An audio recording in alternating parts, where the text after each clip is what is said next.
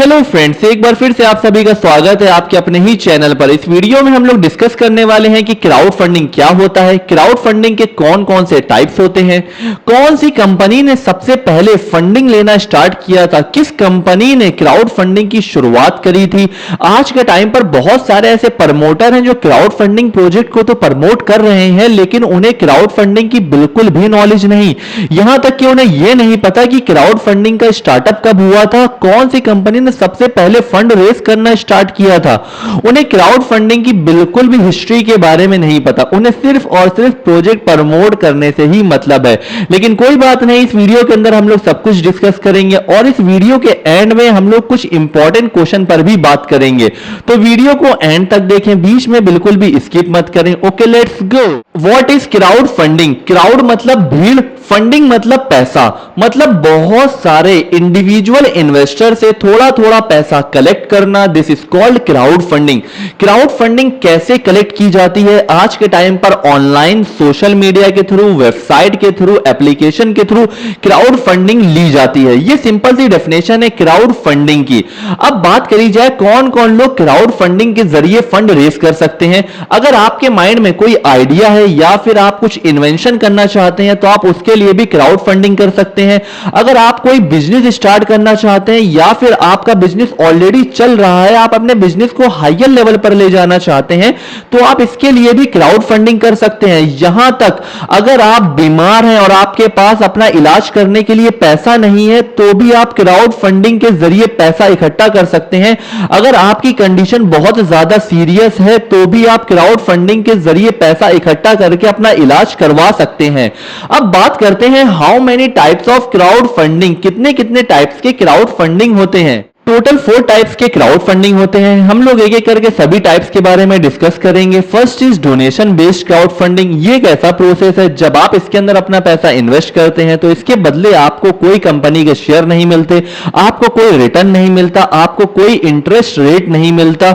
यहां पर आपका पैसा एक तरह से डोनेट होता है। आपको नाम से ही पता चल रहा होगा, डोनेशन बेस्ड क्राउड फंडिंग, आपका पैसा डोनेट हो गया।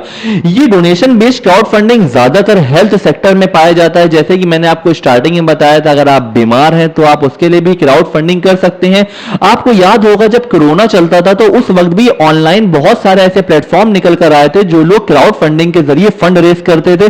और आपको याद होगा आज के टाइम पर बहुत सारा आपने ऐड देखा होगा कीटो प्लेटफॉर्म का, इसके ऊपर भी क्राउड फंडिंग की जाती है बीमार लोगों के लिए। और बहुत सारे ऐसे प्लेटफॉर्म है जहां पर क्राउड फंडिंग करा जाता है एनिमल्स के लिए, एनिमल को सपोर्ट करने के लिए।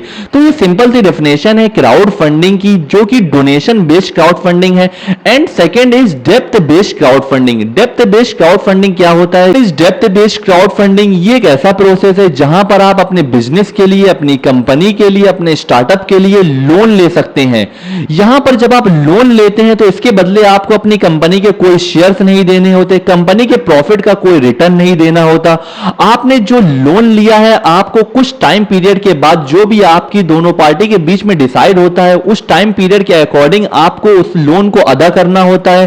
और जो आप दोनों पार्टी के बीच में डिसाइड होगा इंटरेस्ट रेट उस लोन के ऊपर, तो आपको इंटरेस्ट रेट देना होगा टाइम पीरियड के अकॉर्डिंग। तो बहुत सारी जो स्टार्टअप कंपनी होती है वो डेप्थ बेस्ड क्राउड फंडिंग में जाना पसंद नहीं करती, क्योंकि उन्हें पता होता है ये रिस्की होता है स्टार्टअप। अगर कंपनी आगे चल के सक्सेसफुल नहीं हो पाई तो वो ये लोन कैसे अदा करेंगे और इंटरेस्ट रेट कैसे देंगे। अगर वो ये चीज अदा नहीं कर पाए तो क्या होगा? सीधे बिल्डोजर चलेगा घर पे। इस वजह से ज्यादातर company loan based crowd funding में जाना पसंद नहीं करती, मतलब डेप्थ बेस्ड क्राउड फंडिंग में जाना पसंद नहीं करती। हाँ, ऑलरेडी जो कंपनी सक्सेसफुल है वो जाना पसंद करती हैं, वो डेप्थ बेस्ड क्राउड फंडिंग लेती हैं, लेकिन जिनका स्टार्टअप होता है वो इसे बिल्कुल भी पसंद नहीं करते। अब हम लोग बात करते हैं अपने थर्ड टाइप्स के ऊपर। And third type is reward based crowd funding. ये एक ऐसा प्रोसेस है जब आप इसके अंदर अपना पैसा इन्वेस्ट करते हैं तो इसके बदले आपको कंपनी के कोई शेयर्स नहीं मिलते। आपने जो इन्वेस्टमेंट किया है उस इन्वेस्टमेंट के बदले कंपनी को जो भी प्रॉफिट हुआ उस प्रॉफिट से आपको कोई रिटर्न नहीं मिलता, आपको यहां पर रिवॉर्ड मिलता है। आपको नाम से ही पता चल रहा होगा, रिवॉर्ड बेस्ड क्राउड फंडिंग, मतलब आपको यहां पर उस इन्वेस्टमेंट के बदले कोई गिफ्ट मिल जाता है या कंपनी का कोई प्रोडक्ट मिल जाता है या कोई कंपनी की सर्विस फ्री मिल जाती है। इसे एक ऐसे एग्जांपल से समझते हैं। कुछ टाइम पहले हॉलीवुड या बॉलीवुड की एक फिल्म बनना था। फिल्म बनते वक्त तो उनके पास मतलब डायरेक्टर डायरेक्टर के पास इतना पैसा नहीं था कि वो फिल्म को बना सके, तो उन्होंने क्या किया, उन्होंने पब्लिक से क्राउड फंडिंग लेना स्टार्ट कर दिया। तो बहुत सारे इन्वेस्टरों ने फिल्म बनते वक्त उनकी कंपनी में इन्वेस्टमेंट किया।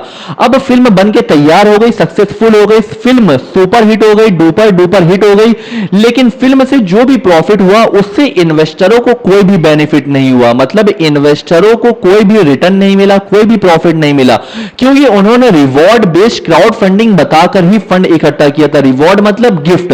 फिर उन्होंने उन इन्वेस्टरों को आखिरकार क्या दिया, उन्होंने अपने इन्वेस्टरों को, जिन्होंने फिल्म बनते वक्त इन्वेस्टमेंट किया था, उन्होंने सभी इन्वेस्टरों को अलग अलग तरह से रिवॉर्ड प्रोवाइड किया था। जैसे कि उन्होंने कुछ को गिफ्ट दिया, उन्होंने कुछ को अपनी डीवीडी दे दी, उन्होंने कुछ को इनवाइट किया कि सिनेमा हॉल में आपके लिए स्पेशल सीट है, जब हमारी मूवी लॉन्च होगी तो आप आकर देख सकते हैं। और उन्होंने कुछ इन्वेस्टरों को अपनी मूवी में रोल दिया और उन्होंने कुछ इन्वेस्टरों को अपनी मूवी के अंदर प्रोड्यूस किया। तो इस तरह से उन्होंने रिवॉर्ड दिया। तो यहां पर अब हम लोग एक चीज ये भी डिस्कस कर लेते हैं कि क्राउड फंडिंग का स्टार्टअप कब हुआ था, कौन सी कंपनी ने सबसे पहले क्राउड फंडिंग के जरिए फंड रेस करना स्टार्ट किया था। तो क्राउड फंडिंग की शुरुआत हुई थी 1997 में। सबसे पहले ब्रिटिश की कंपनी थी मैरिलियन नाम की, उसने फंडिंग लेना स्टार्ट किया था। किस बेस पे फंडिंग लिया था, वो अपनी एक एल्बम बनाना चाहते थे, इसके लिए उन्होंने फंडिंग लिया था। कितनी फंडिंग लिया था, टोटल उन्होंने $60,000 की फंडिंग रिक्वायरमेंट करी थी, जो कि उन्हें पूरी मिल गई। अब बात करी जाए, उन्होंने फंडिंग तो लिया था, उन्होंने फंडिंग लेते वक्त पहले ही बता दिया था कि ये रिवॉर्ड बेस्ड क्राउड फंडिंग है। तो फंडिंग लेते वक्त जिन लोगों ने उस कंपनी में इन्वेस्टमेंट किया था, तो उन इन्वेस्टरों को उन्होंने रिवॉर्ड दिया था।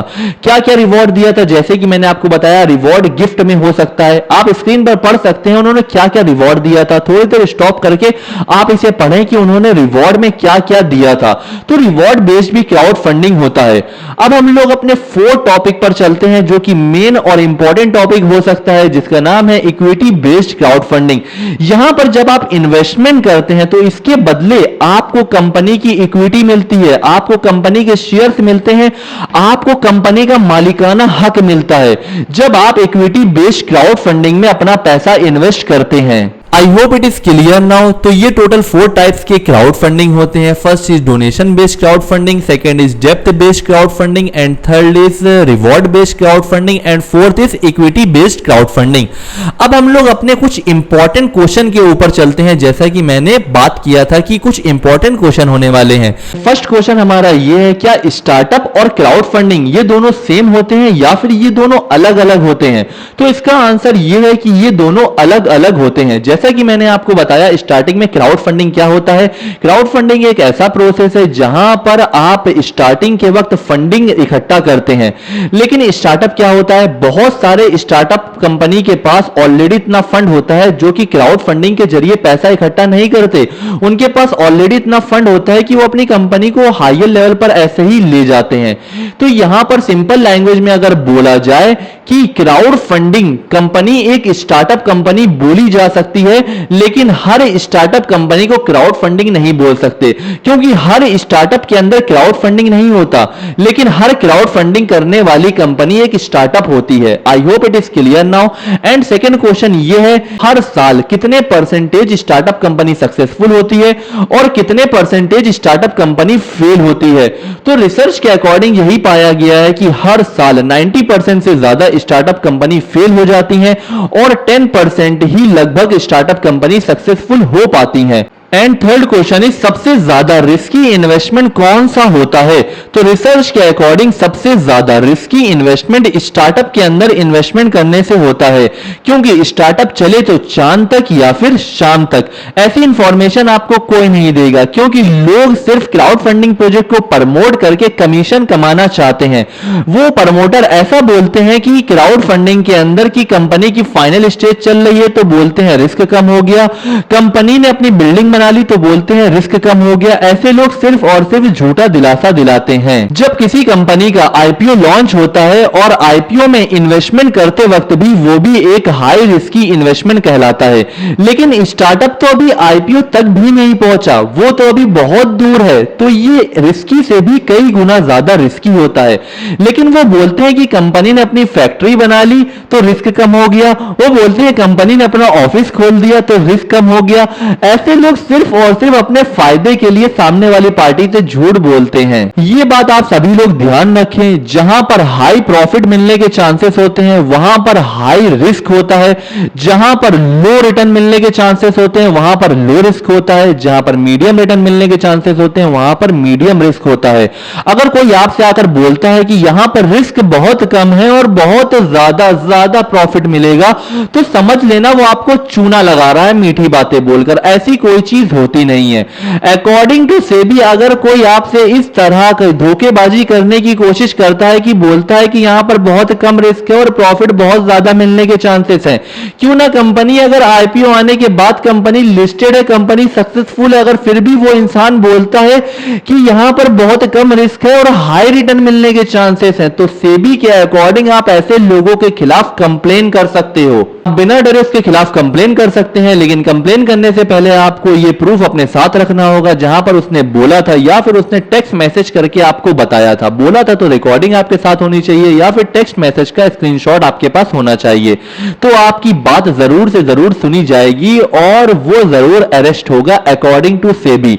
अब हम लोग इस वीडियो को यहां पर ही एंड करते हैं। अगर आपका कोई और क्वेश्चन है क्राउड फंडिंग प्रोजेक्ट से रिलेटेड या स्टार्टअप से रिलेटेड तो आप कमेंट सेक्शन में हमसे पूछ सकते हैं, या फिर अगर आप कोई और इंफॉर्मेशन चाहते हैं तो स्क्रीन पर मेरा नंबर आ रहा होगा, आप हमसे पर्सनल व्हाट्सएप पर भी मैसेज कर सकते हैं। लेकिन दोस्तों और भी बहुत सारी ऐसी इंफॉर्मेशन होती है जिसे यूट्यूब पर वीडियो बनाकर अपलोड करने में काफी ज्यादा वक्त लग जाता है, तो उस इंफॉर्मेशन को मैं सबसे पहले अपने टेलीग्राम के ऑफिशियल चैनल पर शेयर कर देता हूं। उस टेलीग्राम चैनल का लिंक आपको इस वीडियो के डिस्क्रिप्शन में मिल जाएगा, तो आप उसे जरूर ज्वाइन करें। अगर आपको सबसे पहले क्राउड फंडिंग प्रोजेक्ट से रिलेटेड, स्कैम प्रोजेक्ट से रिलेटेड, स्टार्टअप कंपनी से रिलेटेड, स्टॉक मार्केट से रिलेटेड अगर आप सबसे पहले इंफॉर्मेशन चाहते हैं तो आप हमारे टेलीग्राम चैनल को ज्वाइन कर सकते हैं। उसका लिंक आपको इस वीडियो के डिस्क्रिप्शन में जरूर मिल जाएगा। अब इस वीडियो को यहां पर ही एंड करते हैं दोस्तों। इस वीडियो को उन सभी लोगों तक जरूर शेयर करें जो लोग आपसे पहले बोला करते थे कि इस प्लेटफॉर्म पर रिस्क बहुत कम है और बहुत ज्यादा रिटर्न मिलने के चांसेस हैं,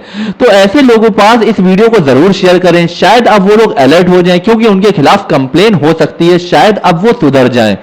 तो please share this video, spread the awareness. Okay bye, take care and जय हिंद।